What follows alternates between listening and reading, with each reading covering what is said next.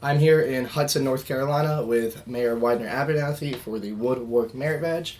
I have 4 questions about the Woodwork Merit Badge. So, question number 1. Scouts are taught the safety circle and for the totem chip hand tools requirement. Looking around at this floor at high-speed automatic nailers and industrial saws, what is the number 1 safety rule in a professional wood products factory that every scout should apply to their own home workshop? Safety glasses. Probably one of the most critical parts of your PPE is making sure that you wear safety glasses, you don't have loose clothing that the machine can grab, and keep your hands away from any moving part. And then I assume you guys obviously have like high-tech glasses that won't just fall off. Like not high-tech, but just like that have straps and stuff. Well, it depends on. I mean, we provide safety glasses, and they're pretty secure around here. So if a piece of wood kicked back or something, I'm sure that it could potentially knock them off. But another part of talking about safety is lockout tagout, and that's for electrical reasons, so that if you go do any kind of preventative maintenance on a machine, well, not so much. It's for several reasons that you put a lock on the machine, so that that makes sense. If someone in maintenance or whomever may be putting a new belt on or doing some maintenance work to it, someone that doesn't see them and recognize that someone's working on the machine, they can't go over and turn the machine on. So the lockout tagout prevents some serious injuries and or death. And then have you seen, I don't know if you've seen, there's a clip of someone and it's like why I wear safety glasses, and it's like his glasses and then like a blade of a saw that's like bent into one, and then obviously if he didn't wear the glasses, it would have stabbed him in the face. Sure. I'll insert a clip of that here because that's exactly what I'm thinking about. And then do your employees wear like gloves around their hands too Some when they're do. working? Yeah. Depending on what the application, we do offer thin work gloves. Okay. And we also encourage, since we're a sawmill and a wood packaging operation, we encourage steel-toe shoes. Really? Steel-toed? Yep.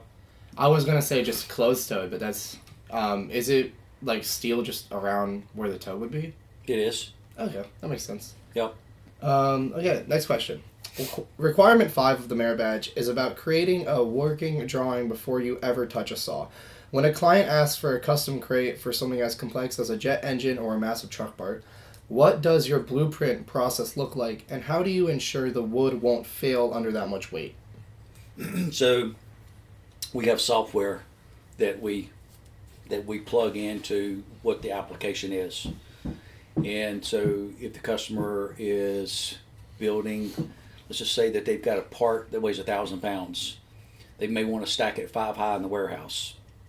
So we do an analysis of that crate, and it goes into a press, and it'll let you know how much weight that you can stack on that one pallet before you have pallet or crate failure. Oh. So is it kind of like a hydraulic press? It is. Oh, wonderful. I actually I don't know, I've never really thought about that, like how to actually test them.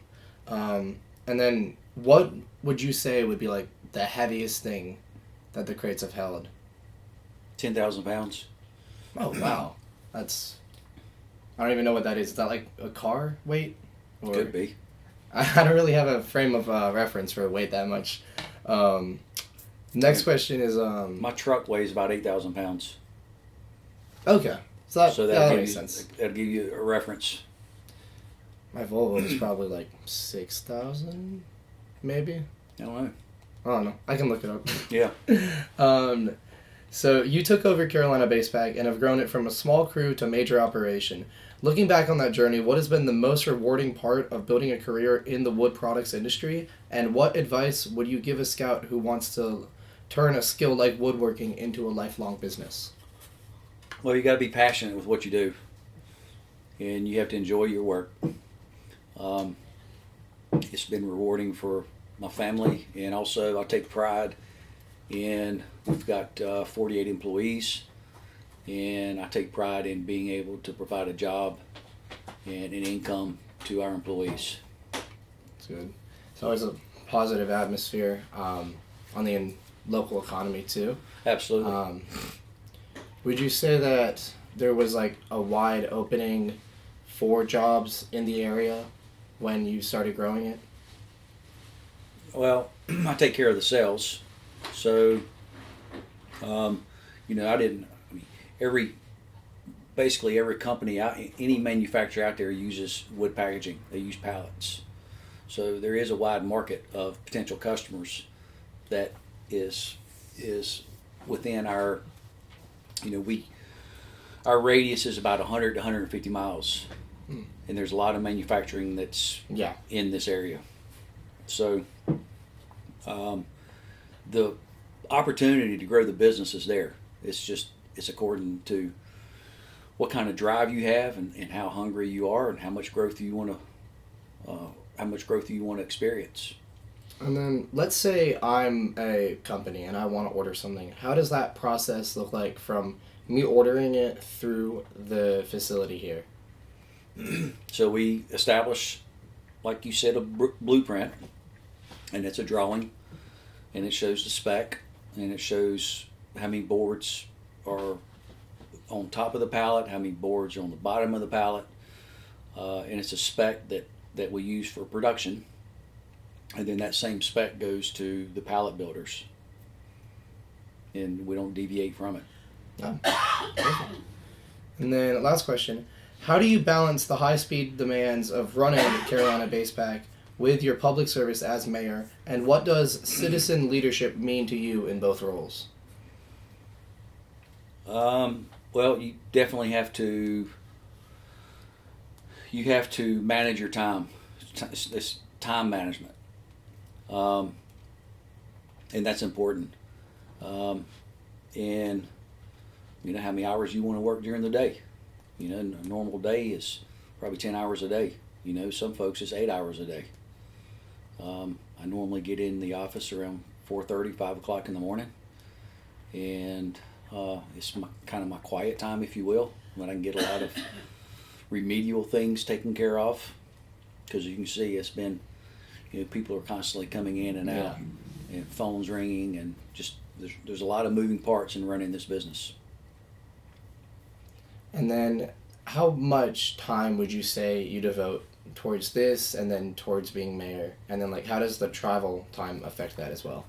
Well, before I came mayor, we had very little interaction with our local, state, and federal officials. So it's been my objective to establish these relationships for needs that we have on Beach Mountain. I'd probably say maybe 20% of my time goes towards being mayor. So also, I make trips to Raleigh and meet with our constituents. This weekend is our county convention, so I'll definitely go to it. I have. And it's in Boone. Oh, nice. Yeah. So, but you got to find balance, and again, I can't emphasize enough that you have to manage your time. Awesome. And then, is there anything else you want to add on camera about woodworking or anything? Make sure you keep all your fingers. Keep your hands away from the saw. Awesome. Thank you so much Yes, sir. for the interview. It was my pleasure. Thank you.